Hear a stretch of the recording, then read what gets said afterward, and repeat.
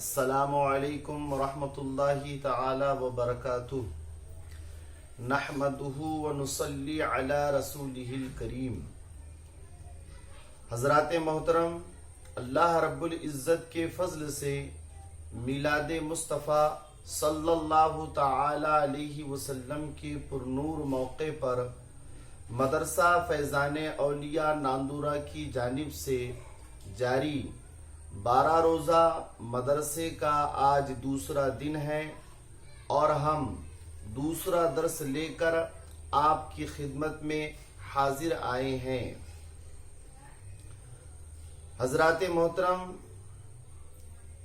عربی میں 29 حروف تہجی ہے، جن میں سے کئی حروف آسانی کے ساتھ پڑھے جا سکتے ہیں، لیکن کچھ حروف ایسے ہیں کہ ان حروف کو ادا کرنے کے لیے محنت کرنے اور خاص توجہ دینے کی ضرورت ہے۔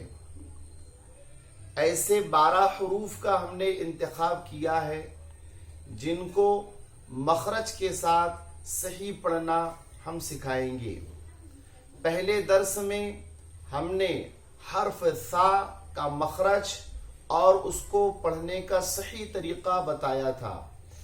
آج کے درس میں ہم آپ کو حرف ہا کا مخرج اور اسے پڑھنا سکھائیں گے۔ تو آئیے درس شروع کرتے ہیں۔ آپ توجہ کے ساتھ سماعت کریں اور پڑھنے کی کوشش کریں۔ ہا یہ بیچ حلق سے ادا ہوتا ہے۔ حلق کے 3 حصے ہیں، شروع حلق، درمیانی حلق اور آخر حلق۔ ہا بیچ حلق سے ادا ہوتا ہے۔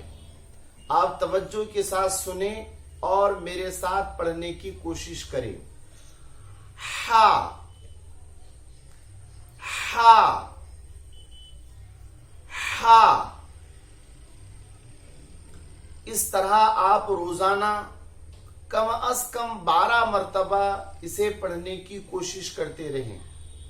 12 دن تک اگر آپ نے اسے پڑھتے رہے تو انشاءاللہ آپ کو یہ حرف پڑھ کر آ جائے گا۔ اب آئیے اس حرف کو تینوں حرکتوں کے ساتھ پڑھتے ہیں۔ توجہ سے سنیں۔ ہا، ہی، حو، ہا، ہی، حو، ہا، ہی، حو۔